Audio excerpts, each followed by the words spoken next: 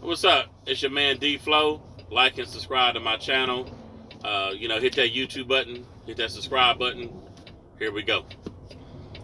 I was asked a question like, do women really give their all in relationship? And I say, well, yes and no. And let me explain before I get attacked by the all police, or I get attacked by the women say, well, where you been searching for your women at, or who hurt you, or anything like that. Before we get into that, though, before we get into as Mr. Kevin Samuels says, the shame, insult, guilt, and the need to be right. Shout out to Kevin Samuels. So, I say, women will, like when they first get in their first really serious relationship or whatever, when they get about 17, 18, whatever, they give they all. They ride and die for the man. They ride and die for him. They ride and die. And then, they might do it another time or two. They'll give they all. They helping the person out. But they doing everything to make everything. But then eventually it's going to happen where they going to say, you know what, fuck this. I'm not giving my all, because I done gave my all 3 times already. And you see what it wind me up with? Nothing but pain, heartache, and heartbreak. So what they won't do, so you can come around, they may date guys and be in love with them, and stuff like that, but they won't be just total like head over heels for them, right? Now, have you ever seen on women who be in relationships all the time, maybe like 2 years, 1 or 2 years all the time? Every time you turn around, you come to a family reunion, or you go out and you're hanging out, whatever. She always got a different man every 2 years. Those are ones that get they all to people, and they're not used to toughing it out. See, the person who they date for 2 or 3 years really like them, maybe because they get some good freaky sex or some shit like that, whatever, but they really ain't in love with them, right? And then you come along and you show her love or whatever. But by then, she's so damn burnt out and tired, she don't have the energy to give you all of her love. She been used, abused, got a couple kids, her body old, her body wore out. She done help take care of a guy, help him, get his credit right, his shit right, and all that stuff, and well, she ain't got nothing to show for it. She ain't got no fruits of the labor, though, She ain't got nothing to show for it. She give her all.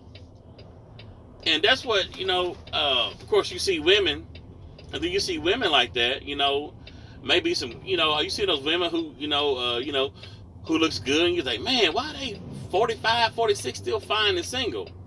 Because a lot of times it ain't that they had a bunch of choices. It's the times that they done gave their all to a man, and they burnt out. And first thing they say, well, fuck it, I might as well just do me. And then that winds up a bad thing. And then they wind up getting a high body count. And then they wind up, have a high body count. Then they wind up, not getting emotionally attached to a guy. And then a decent guy come through, they so burnt out and tired, they're not really taking this person who really seriously say, I want to be, I want to marry you, I want to commit to you or whatever. And then a lot of women just burnt out for getting used and abused. That's it. They say, well, I done gave my all. I done this and this and that. They tired. They tired of giving their all. And so, yeah, they may date you. They may be with you. But that's why it's very important to look, fellas, when you date a woman, ask her what was her longest relationship. If she says 2 years, she don't say like more than 6, 7 years or whatever, sometimes those are red flags. I mean, she going like, you're going to realize, let's give 18, for YouTube purposes, she start having sex, right? You figure. And she just say she's 45. She done had a partner every 2 years. You do the math. That's a lot of men. Even if it's 2 years, I'm being modest or whatever. That's a lot of people to come in and out her life. God forbid if she have kids, A lot of times, too, you got to look at it, too. Women don't make rash decisions. When they got kids and then they got a boyfriend or whatever, they may date that guy for a year or two or whatever. Regardless of what, though, the kids have an emotional attachment to that man, too. And so when they break up or whatever, it affects the kid. But women only look at women only look at how they feel. If you listen to a woman long enough, she'll break up with you over emotional. Well, he wasn't emotional to me, or he wasn't sexual towards me, or he wasn't financially towards me. See, women always use, emotional, sexual, financial, whatever, for easy ways to break up. And then they go out there and talk to, Jack, whatever, feed them a bunch of lies, and then they realize grass ain't green on the other side. But then again, right, they done been with another guy, and that's 2 years. They done start another relationship.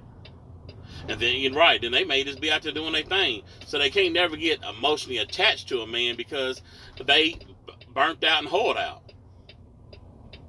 Then if a guy who accepts them for who they are and just loves them for who they are, they don't know how. And any points they can't, but they don't know how to process it and realize, you know what, this is a decent guy despite of maybe A, B, C, or D. He's a decent, good guy. When they were talking about on that Tyler Perry movie, Tyler Perry with talking about Why Did I Get Married, and Janet Jackson, that Janet Jackson scene said, write down all the good and then write down all the bad. And if all the bad outweigh the good, then go ahead, go about your business, right? But women would do it. Women would say, well, he don't hold me. It's all about how they feel, right? But what happens if the man, what happens if the man never been, if the man been emotionally burnt out or whatever, right? That's why y'all have to come together and go to counseling and figure out what it is, if the relationship is worth saving. If it ain't, just go about your business, though, Go about your business. When I look at it, if you're not happy with somebody, my happiness means more to me than anything, though. You know what I'm saying? It means more to me than anything. My happiness means more to me than anything in the world. And you know what I'm saying? And your happiness as a man or a woman should mean more to you than anything in the world.